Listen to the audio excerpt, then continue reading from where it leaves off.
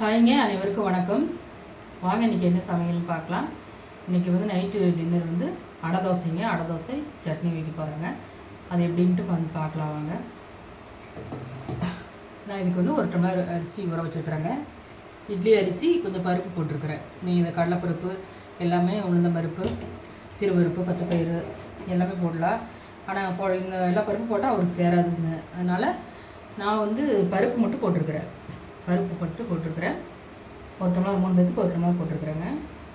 இதில் தேங்காய் ஒரு துண்டு தேங்காய், ஒரு சின்ன மூடி தேங்காய், சீரகம் ஒரு 1/2 ஸ்பூன், சோம்பு 1/2 ஸ்பூன், இஞ்சி கொஞ்சம் ஒரு துண்டு, பூண்டு ஒரு 4-5 பல், மல்லி, கருவேப்பிலை, மிளகாய் ஒரு 4 மிளகாய் எடுத்துக்க, வர மிளகா, பெரிய வெங்காயம் ஒரு வெங்காயம் எடுத்துக்க. நீங்கள் வேணுன்னா சின்ன வெங்காயம் போட்டுக்கலாம். நான் பெரிய வெங்காயம் போடுறேன். இப்போ இது எல்லாத்தையும் அரைச்சிட்டு காட்டுறேன்.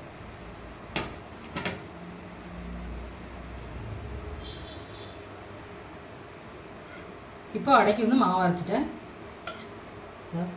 இப்போ போட்டு கலக்கி வச்சுட்டேங்க.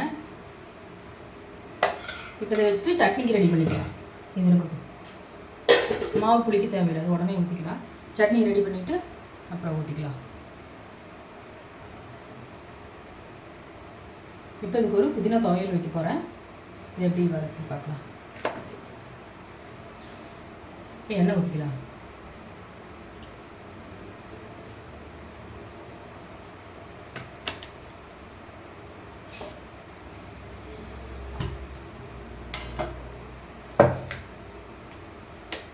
சரிங்க, அடுப்பே பற்ற வைக்கல.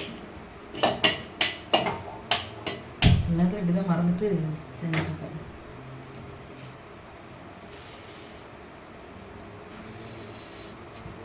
எண்ணெய் காய்க்கும். ஒரு கைப்பிடி உளுந்து போட்டிருக்கேன்.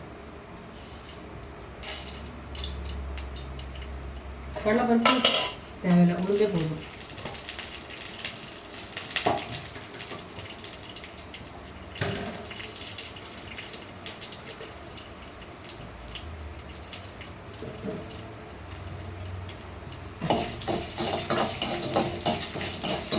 உளுந்து நல்லா பொன்னிறமாக வறுத்துக்கலாம்.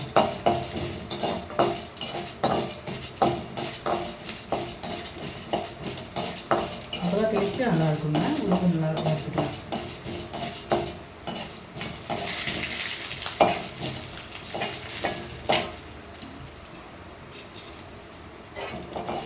இப்போ உளுந்து நல்லா வறுத்துட்டு இப்போ இந்த வெங்காயத்தையும் பூண்டையும் சேர்த்துக்கலாம்.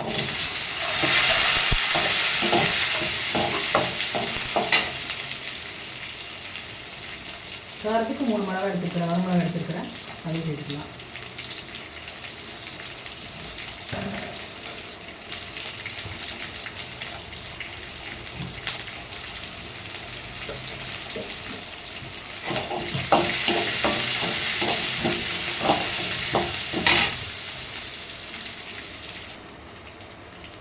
இப்போ பூண்டு வெங்காயம் எல்லாம் நல்லா வதங்கிடுச்சு. இப்போ எடுத்து வச்சுட்டு புதினா போட்டுக்கலாம்.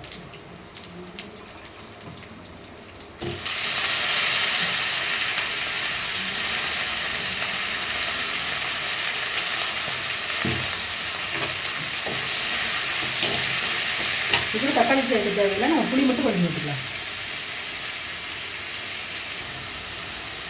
இப்போ இது கூட நான் சும்மா ஒரு 2 துண்டு தேங்காய் சேர்க்குறேன். அதிகமாக போட்டோம்னா சட்னி அதிகமாகிடும். அப்புறம் எடுத்து ஃப்ரிட்ஜில் எடுத்து வச்சுட்டுருக்கோம். பால் சைட்டு யூஸ் பண்ணிட்டுருக்கோம். கரெக்டாக அளவு வச்சுட்டு 3 பேத்துக்கு போதுங்க.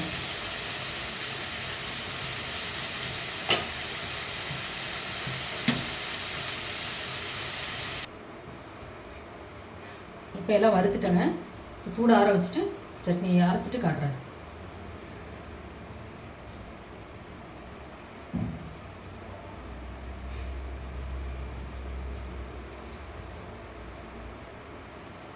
இப்போ ஒரு அடை தோசை ஊற்றிருக்கிறேன், வெந்துட்டுருக்குதுங்க. இப்போ சூப்பரான அடை தோசையும் புதினா சட்னியும் துவையலும் ரெடி ஆயிடுச்சுங்க. நீங்களும் இந்த மாதிரி செஞ்சு பாருங்கள். எல்லா பருப்பும் சேர்த்து தான் செய்யணுங்கிறதுல நமக்கு எது இந்த மாதிரி பருப்பு செய்கிறதோ அதை ஒரு பருப்பு மட்டும் போட்டு நம்ம வச்சுக்கலாம். வீடியோ பிடிச்சா லைக் பண்ணுங்கள், சப்ஸ்கிரைப் பண்ணுங்கள்.